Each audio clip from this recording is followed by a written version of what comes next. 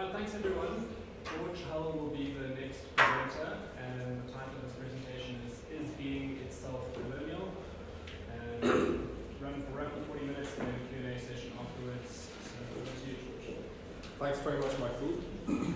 So my paper is called Is Being Itself Colonial? And so I'm going to be talking about some central claims of decoloniality or decoloniality theory. I'm first of all going to introduce decoloniality theory. I'm then going to introduce fundamental ontology, the Heideggerian phenomenological approach to the study of being itself, which Nelson Maldonado-Torres takes as his point of departure for his articulation of the coloniality of being. And then I'm going to assess Maldonado-Torres' claims. So writers from a lot of traditions have called for an intellectual decolonization of one form or another to supplement political decolonization, which was largely completed last century. But decoloniality, associated with what is called Proyecto Modernidad Colonialidad, is a distinctive approach to intellectual decolonization. There's lots of different approaches, they contradict one another, so one can't be in favor of all of them. You've got to be against some. And I'm suggesting that if we are going to be skeptical about an approach, then it should be that decoloniality approach. Now, this is once a global history, a sociology, a psychology, and a theory of knowledge.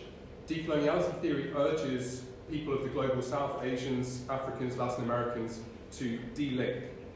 But they don't mean de-link in the economic sense, familiar from dependency theory, though several prominent decoloniality theorists started as dependency theorists. Now, decoloniality theorists actually dislike dependency theory's emphasis on economic production and exchange. The de-linking which contemporary decoloniality theory advocates is primarily an epistemic de-linking, a de-linking from Western epistemology, as Walter Mignolo puts it, de-linking from the web of imperial/modern knowledge. Once this de-linking in the sphere of ideas has occurred, they think, a beneficial economic uncoupling will also ensue. So Walter Mignolo, he's probably the most influential decoloniality theorist, but he and his colleagues all acknowledge Aníbal Quijano, Peruvian sociologist, as sort of the founding father of decoloniality theory. Quijano introduced the concept coloniality, or the coloniality of power, which he meant to stand for, firstly, pervasive belief in a biological division of the human species into, quote, races, and secondly, a worldwide division of labour founded on the hierarchy of supposed races, with compulsory forms of labour like slavery and peonage being reserved for persons of races pervasively held to be inferior. Now, Quijano thought that the race hierarchy doctrine is empirically false. It's literally an invention having nothing to do with the biological structure of the human species. What he put forward in his own voice as empirically true was the doctrine that acceptance of that race hierarchy doctrine, or something very similar, is indispensable for the geographical division of labour, which in turn is indispensable for global capitalism. So in Quijano's view, the modern world system is constituted by an economic structure and a racialized social order, which are, as he puts it, structurally linked and mutually reinforcing. So decoloniality theory was used for analyses of Latin America, but over the past decades, it has gone global. Zimbabwean historian Sabelo Ndlovu-Kasheni uses the concepts and theses of decoloniality theory in analyses of African societies. The Indian jurist J. Sai Deepak, similarly in India. Martina Klostanova, a Russian gender studies scholar, has applied it to former Soviet states. And those scholars, like Mignolo, on whose writings they continually draw, pay particular attention to what they call the coloniality of knowledge. And that stands for an oppressive exclusionary hierarchy in the realm of ideas and beliefs, mirroring the oppressive exclusionary hierarchy in the realm of human beings, picked out by Quijano's concept, the coloniality of power. In the sphere of social political labour relations, decoloniality asserts the equality of all persons and aims to overthrow the coloniality of power. In the cultural and epistemic sphere, given that, as Maldonado-Torres puts it, all human beings were born into legitimate knowledge systems, decoloniality theorists assert that, quote, the ultimate goal, decolonially speaking, is to put all onto epistemic traditions in a non-dominant and equal position. Now, as they've elaborated their theory of the coloniality of knowledge, theorists of decoloniality have come to embrace two distinct forms of standpoint epistemology, corresponding with two distinct dimensions of differentiation among persons. So with standpoint epistemology generally, you identify an epistemically advantaged, socially situated perspective, as Elizabeth Anderson puts it.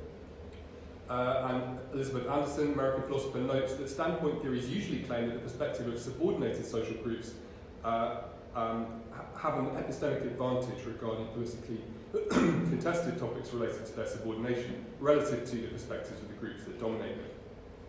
That describes the first form of standpoint epistemology embraced by decoloniality theorists. So theorists of decoloniality think that those who are classed as inferior and subordinated by the coloniality of power tends to have more insight into the functioning of global and local power hierarchies. So, for example, Mignolo says about Partha Chatterjee, what Foucault did not have was the colonial experience and political interest propelled by the colonial wound that allowed Chatterjee to feel and see beyond both Kant and Foucault. And there are many other instances of claims like that. But decoloniality theory's second form of standpoint epistemology arises from its approach to the coloniality of knowledge. Decoloniality theory holds that, in Maldonado-Torres' formulation, all of us were born into knowledge systems, and all of these knowledge systems are, quote, valid and legitimate.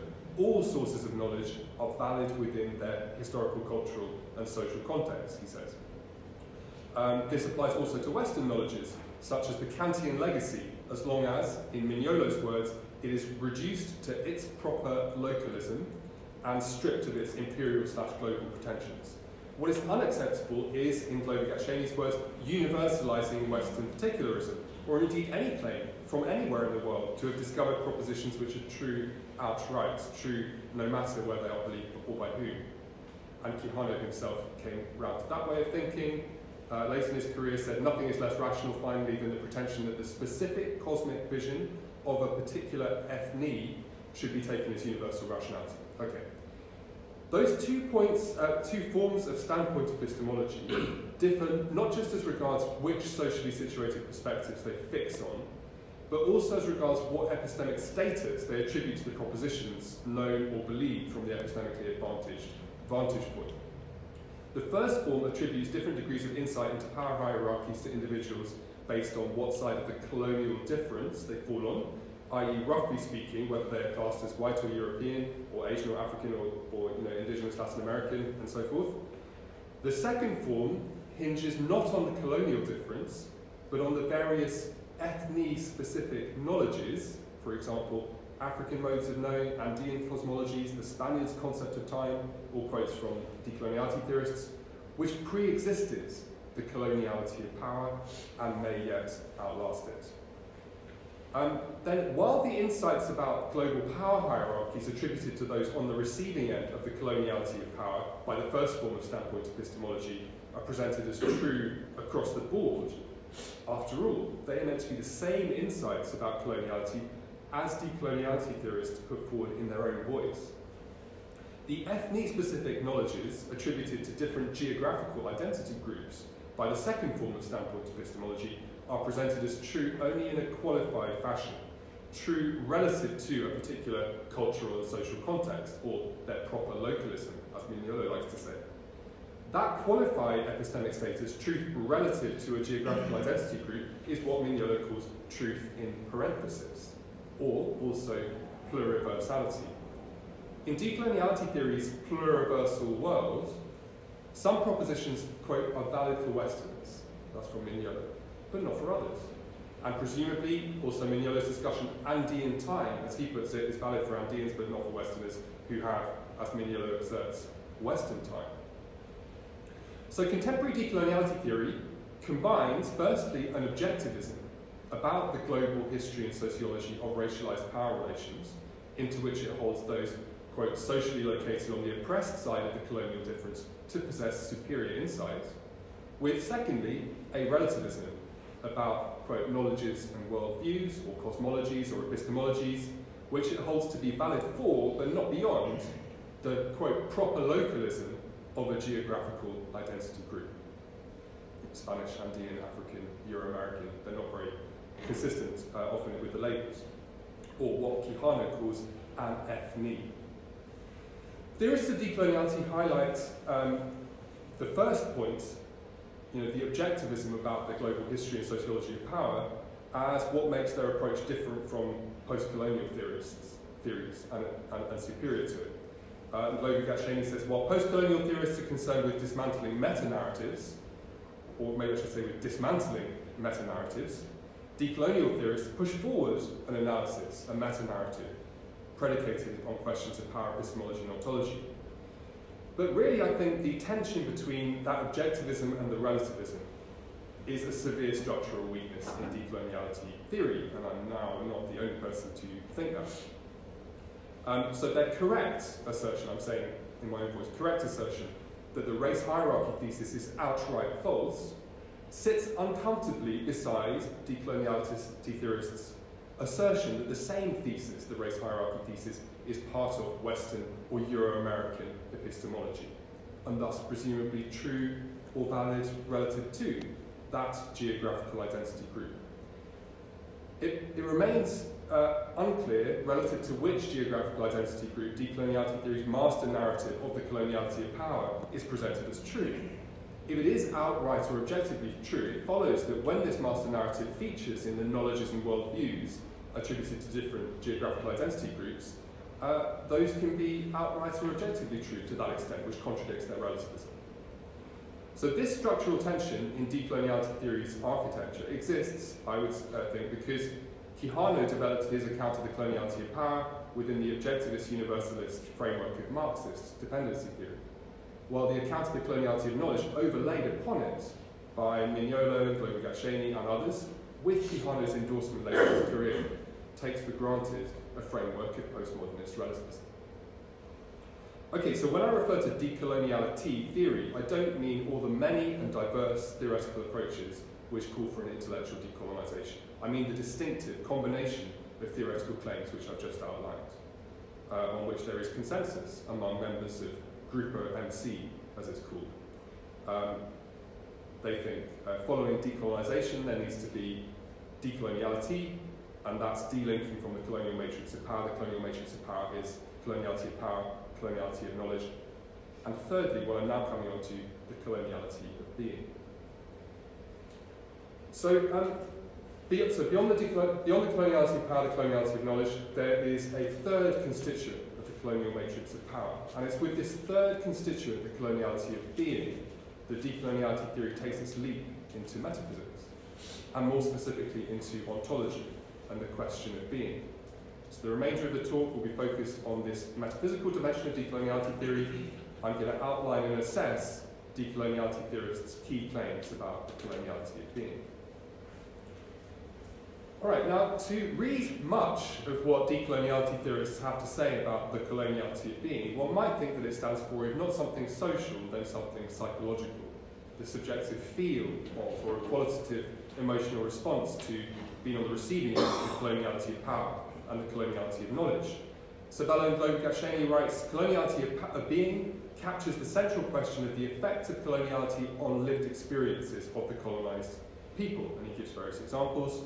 Walter Mignolo refers to the common experience of the colonial wound, an awareness which leaves a bad taste in the mouth.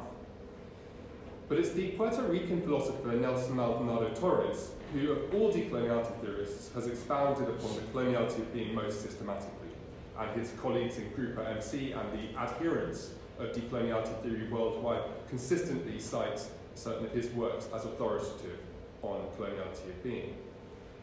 And Maldonado-Torres means the coloniality of being to stand for something on a different theoretical plane from social or psychological matters of fact. Maldonado-Torres' theoretical articulation of the coloniality of being takes 20th century German phenomenologist Martin Heidegger's fundamental ontology as its starting point. Heidegger's fundamental ontology, writes Maldonado-Torres, informs the conception of being that I want to elaborate. So ontology is the branch of philosophical metaphysics which studies being, existence, or what there is. But unlike classic ontology, Heidegger's fundamental ontology does not principally aim to itemize what kinds of entity there are in the world and what sorts of property they have. Rather, as Maldonado-Torres himself notes, it aims to delineate the being of beings.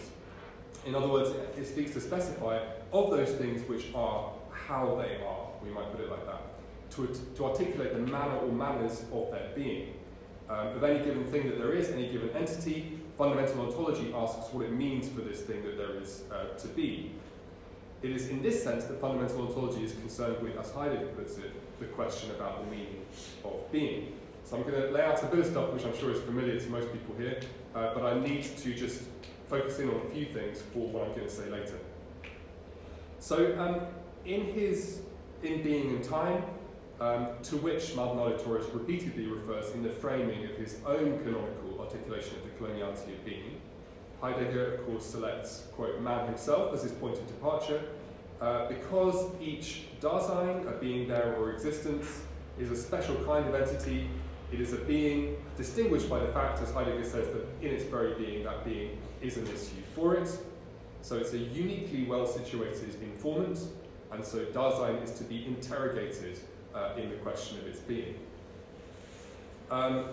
Dasein's reflexive relationship with its own being first recommends it for attention, but the fundamental structure, the overall how of a Dasein's being is being in the world, and being in the world stands for a unitary phenomenon which can't be disaggregated into two or more wholly separate structures or entities, meaning that, according to Heidegger, there can be no characterization of the being, correct characterization of the being of a Dasein, which is not also a correct characterization of the being, the how it bees, of at least some aspects of the rest of the world. I'm also cannibalizing the English language, like Greg, in trying to explain what Heidegger says.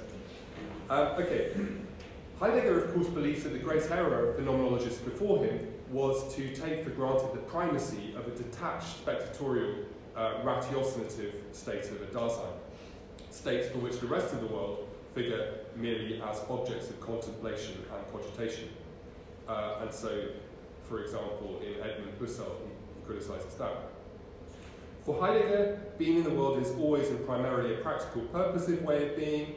A Dasein is fundamentally an interested, committed being, a being constantly in the middle of tasks and projects, in which the rest of the world figures not merely as objects of contemplation and theorization, but fundamentally as equipment. Heidegger doesn't deny the possibility of the detached contemplative stance, but he does think that it's a secondary derivative mode of being in the world. He tries to persuade his reader of this using the phenomenological method. Is it not, asks Heidegger, above all at moments when equipment in the broadest sense fails to function, when it breaks down, and we, the users, are stunned, baffled as to how we're going to proceed, that equipment becomes, as he puts it, conspicuous. That what a moment before was ready-to-hand equipment suddenly becomes pure presence at hand which cannot be used and just lies there. And it's not the knowing the world theoretically, which other phenomenologists have talked about, identical with precisely this deficient mode of concern, the helpless way in which we stand before something unready to hand, which stands in the way of our concern. So, detached contemplation of a present-at-hand object is a derivative manner of being in the world. It is a deficient manner of engagement. Based on his phenomenological analysis of being in the world, which he has identified as Dasein's fundamental structure, Heidegger concludes that the being of Dasein is care, where care or concern is meant in a technical sense, a catch-all which covers such ways of being in as having to do with something, producing something, attending to something, looking after it, and much more. Okay, so whether or not we're convinced by these arguments by Heidegger, or Heidegger's train of thought, let's say, as regards Dasein's being in the world, it's important for our purposes, for my purposes now, to appreciate on what theoretical plane he believes that his findings are located. So Heidegger makes clear that he believes them to be ontological findings, rather than the kind of empirical findings about humans and their environment, which anthropology, psychology, biology might present us with. Those disciplines, on the basis of a posteriori observation, put forward what he calls ontic hypotheses about present-at-hand objects, their properties, and of course causal connections between them. Heidegger's fundamental ontology, by contrast, makes findings about the being, the how they be, as it were, of beings, which are to be confirmed not by empirical observation, but on an a priori basis, which he's explicit about. The existential analytic of Dasein comes before any psychology or anthropology, writes Heidegger, certainly before any biology. Of course, Heidegger doesn't write off contingent facts about human beings as insignificant. On the contrary, Heidegger acknowledges that the being of a Dasein is such that it is bound up in its destiny with the being of those entities which it encounters. And the presence and the impact of contingent facts and events is what Heidegger calls a Dasein's facticity. But Heidegger insists his existential analytic has established that whatever a particular Dasein's unique facticity may be, its being will exhibit certain essential structures, or basic existential states. So, for example, any given Dasein's fundamental structure is being in the world. Care is the basic state of a Dasein. A Dasein can't outstrip the possibility of death. Anxiety in the face of death is a basic state of mind in Dasein. Every Dasein is afflicted by the temptation to cover up one's own most being towards death. Every Dasein will sometimes resort to a fleeing in the face of one's own most being towards death, a falling into the tranquilized everydayness of the world of his concern, encouraged by the idle talk of the day, which Honorato talked about earlier today. But unavoidably, from time to time, conscience summons Dasein's self from its lostness in the day, summons it with its uncanniness from an inauthentic being towards death to an authentic being towards death, a being towards this possibility without either fleeing it or covering it up. A Dasein is essentially something which can be authentic. It can, in its very being, choose itself and win itself, but it can also lose itself. Facticity enters into every aspect of a Dasein's being, colouring or inflecting the manner in which each of the essential structures I've described, or basic states, makes its appearance. Ontological anxiety in the face of death will manifest on the ontic plane differently for different Daseins, depending on their psychological makeup. Daseins born into different societies will find themselves with different social roles, different life goals, different relationship templates to fall into when they flee or cover up their mortality.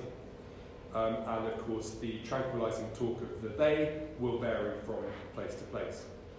And conscience's ontological call is going to be variably inflected on the ontic plane, depending on the religious, philosophical, or spiritual points of reference with which a Dasein's socialization has kitted it out. But variably coloured or inflected though they may be, being in the world, care, facticity, anxiety, idle talk, falling, conscience's call, and the choice between authenticity and inauthenticity are structures essential to Dasein's constitution for Heidegger. They're not just any accidental structures, he writes, but essential ones, which in every kind of being that factical Dasein may possess, persist as determinative for the character of its being. So each of these aspects of the being, the how it bees, of a Dasein has a share in conditioning the possibility of any existence whatsoever. So as conditions of possibility of any particular human existence, these fundamental structures of any given Dasein's being are, as it were, like cake molds, guaranteeing continuity of overall ontological form, whatever contingent ingredients may be their ontical contents. In sum, fundamental ontology studies not which entities there are and what properties they have, but which ways of being of entities there are, and what fundamental structures those ways of being have. It pays special attention to Dasein, the being of each of us human persons, because any given Dasein's fundamental structure being in the world is a unitary phenomenon comprising both the Dasein's way of being and the rest of the world's way of being. Whereas fields of study concerned with the ontical plane discover contingent facts about entities through empirical observation, fundamental ontology makes a priori findings about the essential structural features of ways of beings of entities. Since, as Maldonado-Torres notes, fundamental ontology is located within the phenomenological tradition, its practitioners do invite their readers to attend to their experience, but that's not with the aim of drawing a posteriori conclusions from observable regularities. Rather, it's with the aim of inviting the reader to note, for themselves, constitutive conditions on the possibility of aspects of their lived experience or erlebnis features which are essential to the structure of any Daseins being in the world. Okay, so that's the introduction of fundamental ontology. Next section is being colonial? So it's in the light of the ambitions of fundamental ontology that we need to understand and then evaluate Maldonado-Torres' thesis that in modernity, being has a colonial side. If it's a thesis in fundamental ontology, it cannot simply be the thesis that particular entities happen to have colonized or been colonized, or that particular entities have empirically observable colonial properties of one sort or another. For one thing, if it was that thesis, the coloniality of being would reveal itself as just the coloniality of power or the coloniality of knowledge by another name. It would not turn out to be the additional facet to the colonial matrix of power it had announced itself as. But more to the point, given fundamental ontology's particular focus on the question of the meaning of being, if this is a thesis in fundamental ontology, then we must understand it as a thesis that in modernity, the how of being, rather than the what, whether, or why, is colonial. That there is in modernity a distinctly colonial way of being of entities. Okay, so to home in on that distinctively colonial way of being, Maldonado-Torres, like Heidegger, begins with the reflexive relationship to his own being of a Dasein. However, unlike Heidegger, Maldonado-Torres does not think that, for his purposes, he can simply go ahead and select any Dasein and interrogate it about its being. That's because, according to Maldonado-Torres, quote, the complex dynamics of Dasein in the modern period mean that European Dasein and colonized Dasein, those are his terms, exhibit important differences at the ontological level. The colonized, clarifies Maldonado-Torres, is not ordinary Dasein. Connecting this ontological claim with Quijano's empirical coloniality of power thesis, he elaborates racialized subjects are constituted in different ways. Modernity changed their way of achieving authenticity. Maldonado-Torres employs the term damné from Fanon to refer to, quote, colonized Dasein. Whereas Heidegger's declared procedure is to interrogate the lived experience of any given Dasein, Maldonado-Torres seeks to investigate the coloniality of being by interrogating specifically the lived experience of racialized people, those on the colonial side of being, as he puts it. But just as Heidegger distinguishes his ontological investigations from investigations in empirical disciplines, like psychology and anthropology, so Maldonado-Torres insists that the appearance of the damné is not only of social significance, but of ontological significance as well. His thesis is that the effects of coloniality in lived experience are not only in the mind, quote, but amount to a peculiar existential condition. So let's triangulate Maldonado-Torres' theoretical intervention here. To the Heideggerian fundamental ontology camp, he is saying there's a colonial side to being, which has so far been missed by metaphysicians. To the Quijano, Mignolo, and Glover-Gatsheni decoloniality theory camp, he's saying there is a being side to coloniality, which so far decoloniality theorists have missed, whose full metaphysical implications decoloniality theorists have missed. Heidegger himself loses from view, according to Maldonado-Torres, the particular predicament of subjects on the receiving end of the coloniality of being, so that's a blind spot, not a coincidental one. But it is precisely Heidegger's characterization of the ontological difference, or the difference between being and beings, between ways of being and entities, which Maldonado-Torres thinks now enables him to pinpoint two distinct levels within Walter Mignolo's notion of the colonial difference. The ontological difference in metaphysics puts decoloniality theory in a position to, quote, distinguish between an epistemic colonial difference that allows one to perceive the contours of the coloniality of knowledge, and an ontological colonial difference which reveals the presence of the coloniality of being. Okay. So Maldonado-Torres is a Heideggerian who disagrees strongly with Heidegger. He embraces Heidegger's program of phenomenological investigation of being itself, the how of being, via an existential analytic of a special kind of being or entity, Dasein, but he contests Heidegger's findings. And on this score, the direction of Maldonado-Torres' philosophical work is, as he himself notes, comparable to that of the phenomenologist Emmanuel Levinas. Indeed, Maldonado-Torres sees his own exploration of the coloniality of being as a radicalization of Levinas's, quote, heretical intervention within the phenomenological tradition. However, there are significant differences between the phenomenological project Maldonado-Torres undertakes and that of Levinas. And I'm just briefly going to compare key aspects of the two. That comparison is going to bring into sharp relief features of both Maldonado-Torres' thesis and his justificatory basis for it, which I think make the notion that his coloniality of being thesis is a metaphysical thesis in fundamental ontology ultimately impossible to sustain. Alright, so this is a brief little interlude about Levinas. So like Maldonado-Torres, Levinas is of the view that there's a fundamental aspect of Dasein's constitution which Heidegger has missed, and this is the face-to-face encounter with the other, a primordial event which, quote, brings the first signification, establishes signification itself in being. So whereas in Heidegger's existential analytic of Dasein, others have featured principally as the they, purveyors of idle talk liable to tempt a Dasein into inauthenticity. In Levinas's estimation, the primordial encounter with the face of another is that which grounds or metaphysically enables all purposive interactions with equipment, all authentic or inauthentic stances towards one's impending death, even all cognitive or ratiocinative states of mind. Though he strongly disagrees with Heidegger about the nature and significance of the Dasein's relations with the other, Levinas does not reject the ontological difference or question the metaphysical priority of the ontological over the ontical. In this sense, even though he asserts that there is something yet more foundational than the ontological domain, which is Heidegger's focus, Levinas is still advancing what's, in that sense, a thesis within fundamental ontology. So his thesis is that the being, the how it be's of any of us, and the world as we encounter it, is indispensably constituted by our face-to-face encounters with others. Heidegger had argued that a condition of the possibility of any Dasein's theoretical or ratiocinative states is a prior, more fundamental, purposive engagement with the world of equipment.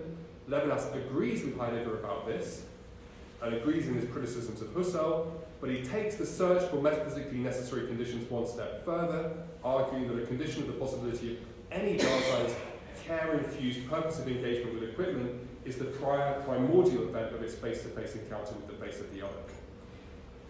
Like Heidegger's, Levinas's conclusions are universal in scope. They purport to apply to all Daseins. And the universal applicability of his conclusions, just like those of Heidegger, is not meant to be either sheer coincidence or a matter of contingent biological, psychological, or anthropological regularities. Those ontic matters of fact, which you read a posteriori from the record of empirical observation. Like Heidegger's conclusions about Dasein's being, Levinas's conclusions are meant to apply to the constitutive makeup of any given Dasein, no matter how that particular Dasein might differ from other Daseins in its facticity. And to persuade his reader of this kind of conclusion, Levinas, like Heidegger, makes use of transcendental argumentation, meaning argumentation to the effect that the constitutive structure of X is inconceivable without Y, and so since there is X, there must be Y. It's a transcendental argument. Like Heidegger, Levinas believes that his universal scope conclusions about the fundamental constitution of any given Dasein can be known a priori to be true. He appeals to experience, but he doesn't put those descriptions of experiences forward as a basis for a posteriori induction. Rather, they're supposed to make vivid to the reader the constitutive inconceivability of some X, some experience type familiar to all of us, in the absence of some Y, which for Levinas is a primordial face-to-face encounter with another. So it's that backdrop of agreement which makes Levinas's and Heidegger's what I would say is a disagreement among phenomenologists within the school of fundamental ontology about the being, and in Levinas's case, the yet more fundamental constitution, prior to being, of Daseins. By keeping that backdrop of agreement in view, one begins to see clearly, I'm going to put to you, how remarkable it is that Maldonado-Torres presents the coloniality of being thesis as a thesis within fundamental ontology. In reality, the coloniality of being thesis is a thesis not within, but I'm going to argue against fundamental ontology. In the first place, Maldonado-Torres' thesis differs from those of Heidegger and Levinas in its scope. Though he means what he says to apply to all Daseins, he does not claim to have identified structural features of the way of being of a Dasein which are features of the being of Daseins across the board. On the contrary, the coloniality of being thesis is precisely the thesis that there's a fundamental difference at the ontological level between two classes of Dasein. On the one hand, says this thesis, there are those Daseins which encounter the face of another, as Levinas describes, which engage in care-infused activity using equipment, as Heidegger describes, and which are perpetually at risk of falling or fleeing away from a potential authentic being towards death into average everydayness. On the other hand, says this thesis, there are colonized Daseins, the damnés. And the proper starting point for grasping the being of a damné, says Maldonado-Torres, is not the anarchic moment of the constitution of subjectivity in its encounter with the other, as in Levinas's theory, but, quote, the trauma of the encounter with the imperial and racist other. And while the class of Dasein which Heidegger and Levinas focus on is lost in the they and achieves authenticity when it anticipates its own death, the damné confronts the reality of its own finitude as a day-to-day adventure, Maldonado-Torres claims. So the coloniality of being thesis purports to detail not fundamental features which every Dasein's being exhibits, but fundamental differences between two classes of Dasein at the level of their very way of being. That's the ontological colonial difference. Now, being non-universal in scope does not in itself disqualify a thesis from being a thesis in fundamental ontology. After all, Heidegger's own account of being towards death entails that some Daseins will exhibit wholly or largely inauthentic being towards death, while other Daseins will exhibit wholly or largely authentic being towards death. But in the second place, the justification Maldonado-Torres offers for his coloniality of being thesis is not a priori and does not take the form of inference to the conditions of possibility of a type of experience recognizable to all. In Heidegger and Levinas's writings, there's an intimate connection between the scope and the status of their conclusions, on the one hand, and their manner of argumentation for them on the other. In Heidegger and Levinas, it's because some why, for example, the primordial encounter with the other, or purpose of engagement with equipment, or the potential to be authentic, is a constitutive condition of the possibility of some X, some experience recognizable to all, that they believe they can safely infer that Y is a feature of the fundamental constitution of all Daseins, rather than a contingent element of the facticity of some Daseins, but not others. Maldonado-Torres, by contrast, in his characterization of what is called the being colonized of the damné, makes clear that he is bringing to our attention features with contingent social causes to be discovered through a posteriori observation of the lived experience of some colonized and racialized subjects, but not others, as he puts it, European man of us. A damné, Maldonado-Torres tells us, has a way of being with a fundamental structure different from that of the, quote, ordinary Dasein described by Heidegger and Levinas. He writes, the damné or condemned is not a being there, but a non-being, in the sense that it encounters a misanthropic skepticism and racism on the part of, quote, the imperial and racist other, rising to the high watermark of an attribution of absence of being to the damné. So agreeing with Fanon here, Maldonado-Torres writes, in a colonial anti-black world, the black person does not have ontological resistance or ontological weight in the eyes of the white person. But Maldonado-Torres is quick to add that things might not have been this way. Quote, the coloniality of being is not an inevitable moment or natural outcome. The coloniality of being appears in historical projects and ideas of civilization which advance colonial projects of various kinds, inspired or legitimized by the idea of race. The coloniality of being is therefore coextensive with the production of the color line in its different expressions and dimensions. The idea of race, imposing a racial classification upon people, ordering a society according to a race hierarchy, together with the attitudes of Manichaean misanthropic skepticism, to quote, which arise from and reinforce it, all of these are, as I described at the beginning, elements of what Aníbal Quijano called coloniality, or the coloniality of power. And so, as Maldonado-Torres has acknowledged, quote, what would best explain the coloniality of being would be the colonial difference and the logic of coloniality. He's saying that Quijano's concept, coloniality, explains the coloniality of being. We are then, I put it to you, forced to infer that the being colonized Maldonado-Torres attributes to those Daseins which he calls damné stands for contingent elements of these Daseins' facticity. knowable a posteriori on the basis of observation, rather than for essential features of the structure of their way of being, knowable a priori, which stay constant across changing practical circumstances. In the third place then, Maldonado-Torres' thesis is a thesis on the ontic plane. It is a thesis about ways people have, as a matter of contingent fact, been treated, ways they've been perceived, and the impact on their psychological orientation and subjectivity of being thus treated, and being aware of how others perceive them. Okay, final 5 minutes. So what overall conclusion one draws from what I've just gone through, I think is going to depend in part on one's other theoretical commitments. If you're a Heideggerian or you're a Levinasian, then you're probably going to insist that Maldonado-Torres is wrong, not only about the status of his thesis, but about the thesis itself. Now, I'm not going to pursue that particularly because I'm not holding a brief for fundamental ontology here or any faction of it.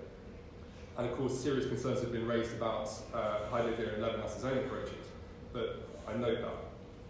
Perhaps a response more charitable to Maldonado-Torres would be to call into question the very distinction between the ontological and the ontical, a distinction on which my critical discussion has of course relied. Though the ontological difference is foundational to fundamental ontology, and is endorsed by Maldonado-Torres explicitly in the framing of his own exploration of the coloniality of being, it might be felt that the real upshot of his research is that this distinction needs to be rethought or even jettisoned. And that perspective tends to accord with some things Maldonado-Torres says about what he calls the topology of being. He writes that questions about space and geopolitical relations undermine the idea of a neutral epistemic subject whose reflections only respond to the strictures of the spaceless realm of the universal. And he claims that Western philosophers who, quote, adopt a universalistic perspective that does away with the significance of geopolitical location end up effectively presenting Europe as a privileged epistemic site. That's the universalizing Western particulars being heard about in the coloniality of knowledge. Maldonado-Torres is proposing that the fundamental structure of the being of Dasein is not just the relatively superficial facticity which inflects it, varies with the cultural and geopolitical influences to which Daseins are exposed. If he's right, then earlier thinkers in the school of fundamental ontology were certainly wrong to dismiss empirical disciplines like anthropology, psychology, and biology, or indeed international relations, political economy, as providing merely ontical data with no bearing on fundamental structures of being. If he's right about this, it's precisely these empirical disciplines which one must rely on to describe, predict, and explain the variation in the fundamental structure of Dasein's being across the world. But even if he is right in that sense, it would be incorrect to view Maldonado-Torres as having made an innovation within fundamental ontology, as having moved fundamental ontology forward. If his phenomenological data really does enable him to breach the theoretical levy, as it were, which in classic fundamental ontology seals off universal, essential, a priori knowable being, if he's flooded that sealed chamber of being's fundamental structures with contingency, then the upshot of Maldonado-Torres' writings is that Daseins are facticity all the way down. So to return to a metaphor I used in connection with Heidegger, if the nature of the ingredients, the facticity, fully determines the shape of the cake mould, one is entitled to question whether the cake is baked in a mould at all. That doesn't sound like a mould. If that's how things stand, fundamental ontology is a field of study without an objective study. There's no universal, essential, a priori knowable being of Daseins, or of anything else. There's only being in a more mundane sense, a non-philosophical sense, the a posteriori observable entities that there are, and the ways they, for contingent reasons, behave. On those theoretical presuppositions, whether there is systematic variation in being understood in this more mundane way, it's not really a philosophical question. It can't be settled by transcendental argumentation or by employing the phenomenological method. Maldonado-Torres, drawing on Fanon's writings, has given us a sketch of the distinctive psychological preoccupations and proclivities which he attributes to those on the receiving end of coloniality of power. But if the being of Daseins is facticity all the way down, this sketch must be regarded as provisional, just a speculative hypothesis based on anecdote.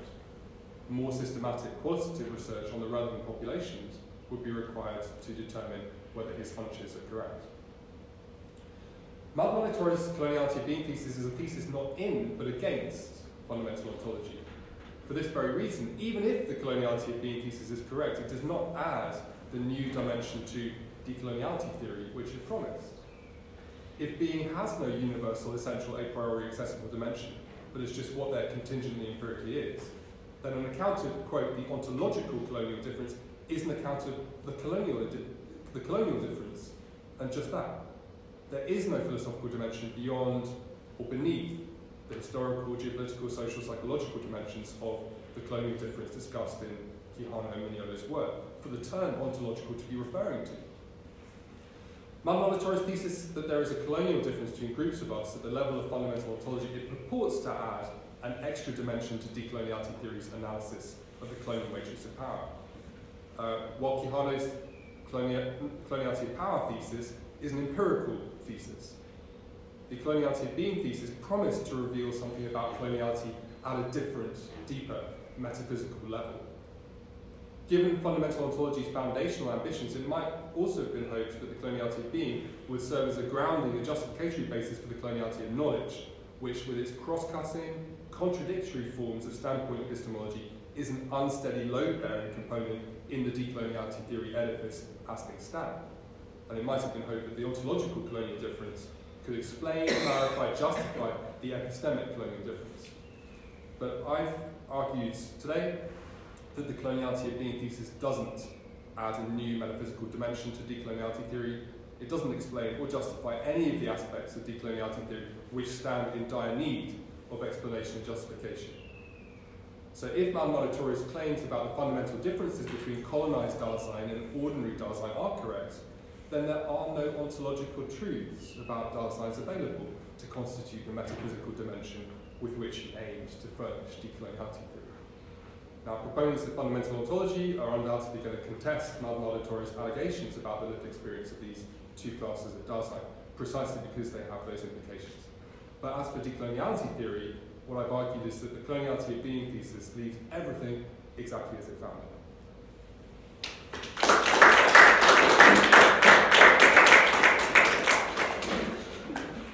Okay, thanks very much, George. Open up the floor to questions or answers. Thanks, George. You know, I'm a decoloniality lesson from my previous encounters on this topic. I think the first thing I wanted to say was I think I've had like similar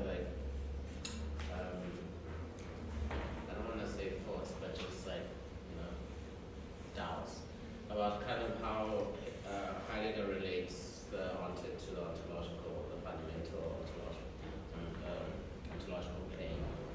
And I'm somewhat sympathetic, it's just a comment really, that I'm somewhat sympathetic to, with my recent readings in emergentist kind of philosophy, that there is some sort of like a relationship where, again, a mutually constituted relationship between the ontoplane and the fundamental plane, such that changes can also make changes in the structure, changes in the everyday experience can bring about changes in the fundamental structure. So maybe this is just me being sympathetic to rereading of Maldonado-Torres' claims as well within that kind of interpretation. Might be, I guess, more helpful to him in making his claim, perhaps.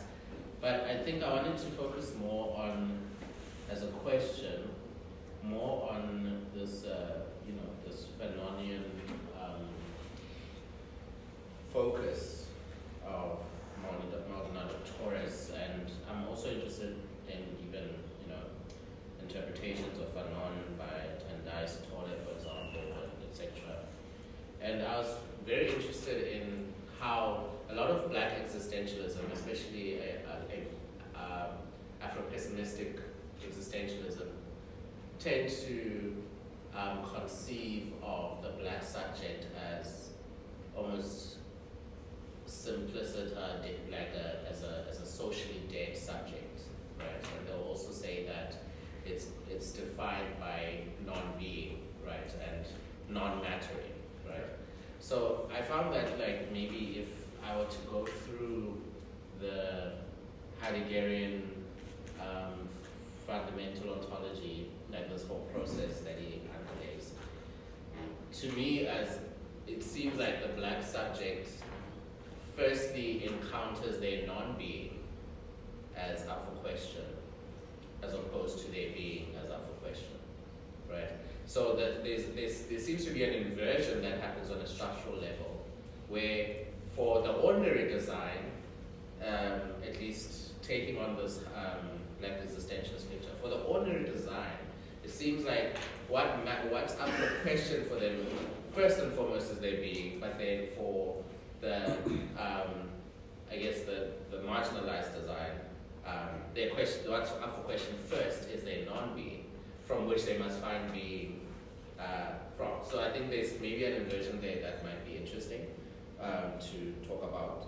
But also, I mentioned the point of death, because now, if you are somewhat dead to begin with as a being, or you kind of define a non-being, it becomes a little bit more difficult to, or at least it becomes difficult for a Heideggerian to say that to articulate this being towards death aspect of design as well, because there is no being towards death that is happening if you are a dead being. So I'm just kind of wondering whether, because I guess I guess like an alternative to that will be that maybe a way to wiggle out of this as a Heideggerian would simply be to say that the very possibility of being is what brings about the possibility of non-being. But then that's why I'm also still stressing the point that of this inversion. So a Heideggerian, I think I would probably respond to what I'm saying by saying that the possibility of being is what brings about the possibility of non-being in the first place. Because Heidegger tends to make these kind of claims about, these kind of like fancy claims about the fact that the very, like for example, when he speaks about aloneness as something that is possible only because we are amongst everyone, for example, he makes claims like that.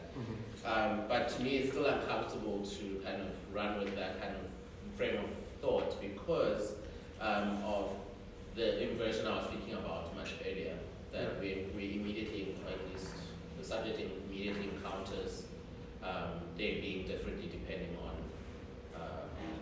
their being, I guess. In a sense. No, thank you very much, Ollie. So the, the idea of the ontic rebounding upon the ontological, that's precisely what Maldonado-Torres needs. But of course, that's a very difficult concept for for Heideggerian fundamental ontology. So my inclination would be to say, well, that's piercing or smudging the very dividing line which enables there to be a philosophical study of being for Heidegger. So my inclination would be that the ontic rebounding back on the ontological makes the ontological back ontic. But I think you put your finger on exactly the theoretical thing which he needs. The question is whether that can make sense within fundamental ontology. So I think it is important that Maldonado-Torres is starting from Heideggerian fundamental ontology, because if a lot of people writing in what is called black existentialism are more Sartrean than Heideggerian, and so for them non-being has, I think, a different place in the theory from what it would in a Heideggerian theory. And Maldonado-Torres himself, he talks about and it's a little bit concerning because he does draw on Fanon, who is, I think, more of a Sartrean existentialist than a Heideggerian. But then he gives as his particular take on this non-being. He's very careful to clarify that what he means by encountering what's non-being, as you put it, is encountering the facts that other people deny you, maybe humanity, maybe being a person, maybe rising to the high watermark of being itself. So because when in Sartrean existentialism, one encounters the non-being of one's friend at the cafe, for example.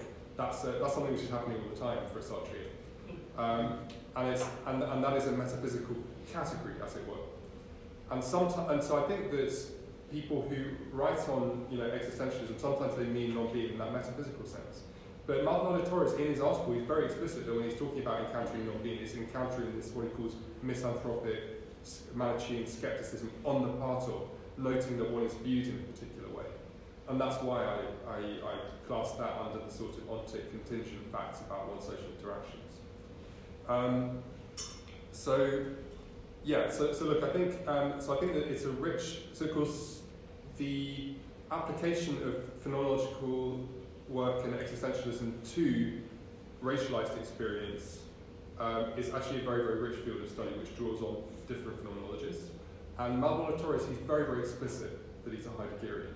And so, if one was to try and extend this critique to other writers, one would need to think about what changes, precisely with regard to these things that you're talking about when you take a Sartrean approach rather than a Heideggerian.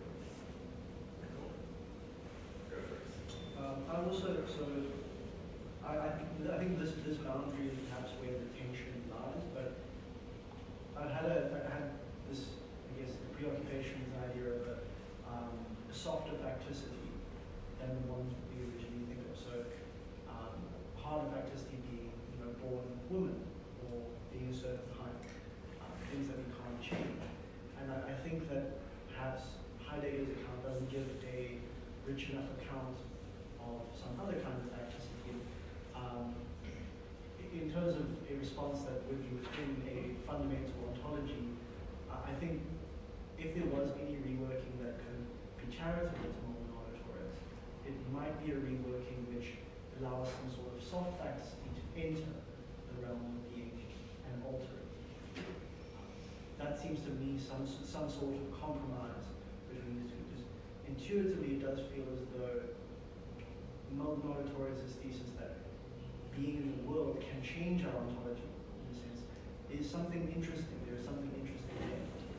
But also the idea that there are fundamental structures in our phenomenological experience of being in the world, also from Heidegger's side, is quite powerful. So it does seem as though maybe there does need to be a reworking of the fundamental ontology to somehow accept both theses.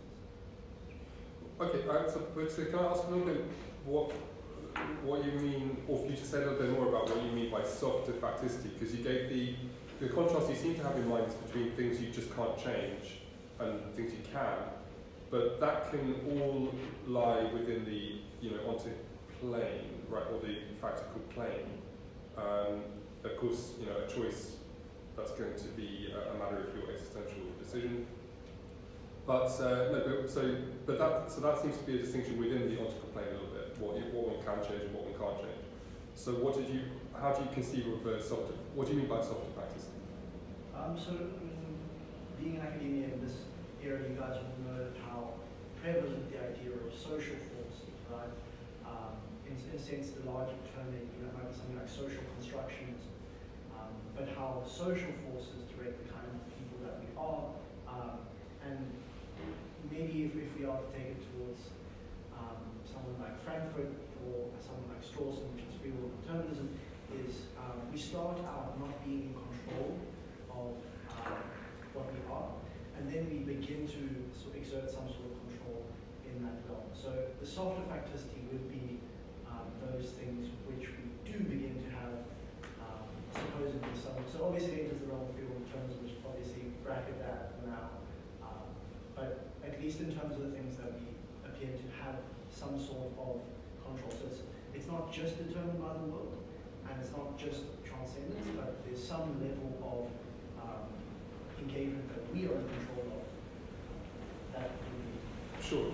Yeah, so I acknowledge that there is a spectrum on that score, but in a way that's the other way around. In a way that's the ontological rebounding upon the ontic, or the fundamental existential freedom rebounding upon one's factical situation when one's able to change it, or when perhaps people as groups, through their constructions, are able to change things.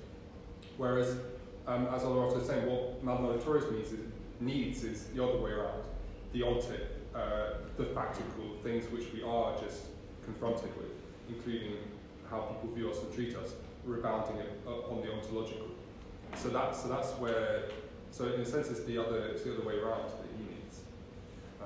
So maybe an example would be from your work, Katie, the experience of maybe the male gaze, we could say, or the experience of some anticipated violence, that could that practical part of our existence could somehow infiltrate the more fundamental structures of ontology and alter them. Yes, that's what's required. But again, that's what I don't think is going to work on. If you preserve the very idea that there's a philosophical investigation of being in the way that Heidegger conceives of it.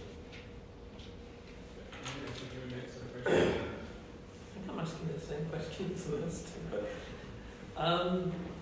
Yeah, so in Heidegger, as you've already kind of said, there's a whole set of things which are always already there on the ontological level and the ontic level, his whole thrones to being, in which we are given stuff, attributes, histories, etc. So there's definitely a form of determinism set into the story. And then this interesting idea of can the ontic impose itself on the ontological, as you suggested, is what Heidegger is trying to kind of invert and actually say the reverse. And what seems to be missing from Torres's version is he doesn't seem to actually have an account of history in terms of Heideggerian historicity. He's not acknowledging Heidegger's discontinuity in all of this, and therefore he's not also acknowledging Heidegger's understanding of truth as disclosure of being. It's not causal. So the fact that you can be thrown to being as a dehumanized subject because there is a whole history of that is actually absolutely correct. But for an orthodox Heideggerian, I'll pretend to be. Now, so what is it? How is that being disclosed? He claims that history claims you, you don't claim it. So the fact that we can describe it, for him at least, doesn't mean you can actually instantly get into a causal relationship, which actually helps your argument, I think, in some cases. But, so I don't see a Heideggerian account of history in what I've read of Torres. You might have one. So that's one thing. So in one sense, you can kind of hit back against that, there might be there definitely is a relationship between ontology and the ontic realm, but not the type of causal relationship that might, that a socio-political thinker might want to. Can I just clarify something? So on that point about the Heideggerian account of history, so a lot of that is about how things have got in the way of our sort of interacting correctly with our own being, as it were. Yeah.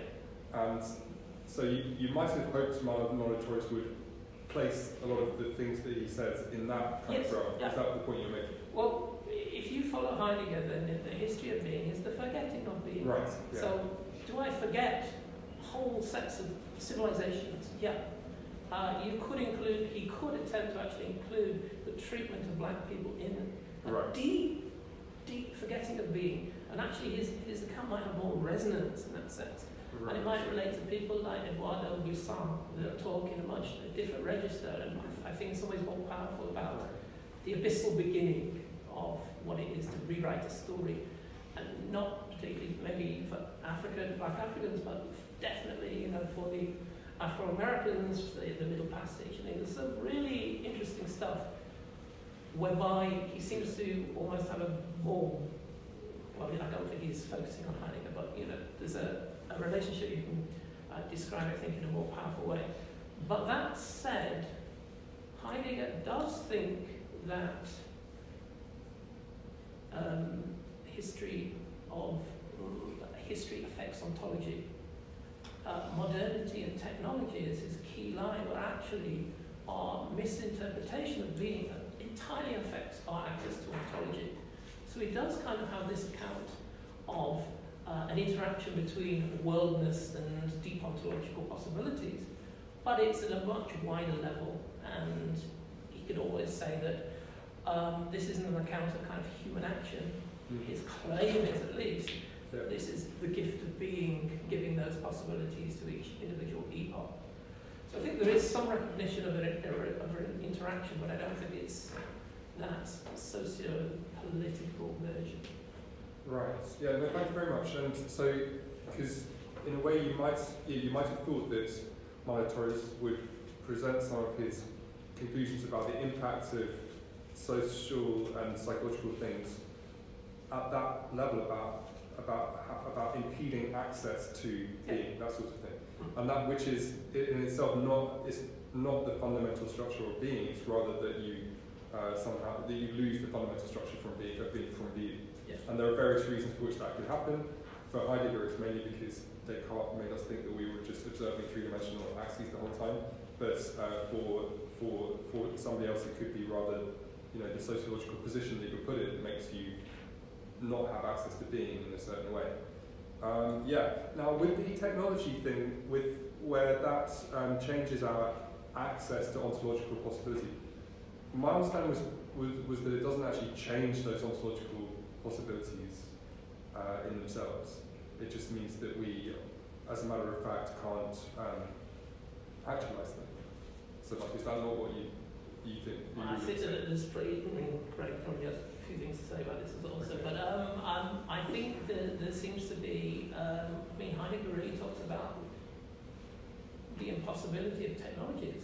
It's now claimed our existence in such a fundamental way that we don't have access to being that prior times and spaces might.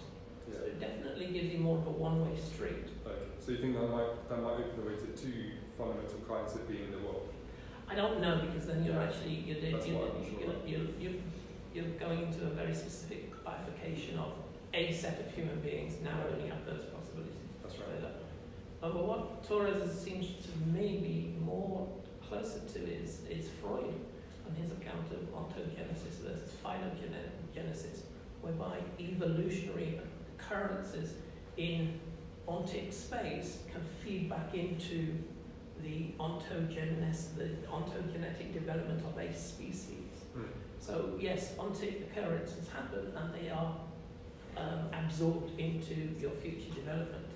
And Fanon directly uses that and transforms it into his sociogenesis, whereby he's saying actually the sociological experiences feed back into the species, which is actually, I think, what he's describing. So I think it's a Freudian, Sartrean account rather than a more, let's say, orthodox Heideggerian account. Food for thought. Time is up. I don't know if you want to take another question and then just one more. Yes, I just want it'll be quite quick. So I wanted, because it's been a while since I've read Heidegger, but I wondered how could we try to preserve Maldonado-Torres, how could we preserve his aim without making this fundamental error, the cake mold error, which is great. I like that. But maybe one way we could do this, we could say, okay, well, could we somehow say our being with appears differently, emerges differently in a way, depending on our facticity or something to that degree. But the point is we utilize our being with, that more relational property of being. So we still admit that yes, there's this fundamental ontological aspect of being with, but of course that appears differently, even ontically, depending on, and then maybe we could say, yes, well, maybe, but then we maintain the aim he wants, but we don't have this problem. Yes, I see. And that reminds me a little bit of some of the things that Kel was saying about how these things are, there's not a clean break. It's not like you go out and you spend from 11 to 12 on facticity and then from 12 to 1 on pure sort of pure ontological existential choices or something. But always the fundamental structures of being are infused or inflected by your factical situation. They're variably realizable, is what Mike put it. And so I think what you're suggesting is that a lot of the phenomenological or kind of experiential data, which Maldonado-Torres is interested in, is in fact that infusing and inflexing of what is a fundamental structure of being which actually stays constant, but it's manifested so differently in the different cases because of social circumstances that there is a real difference there. It's just that it's not actually at the fundamental ontological level. That's your suggestion. Yes, and I'm sympathetic to that. Yes. And then maybe when I eventually finish my masters, I can talk about doing a PhD. But I say the robot does exactly that. Looking forward to reading your PhD after your masters. After the masters. Maybe we can say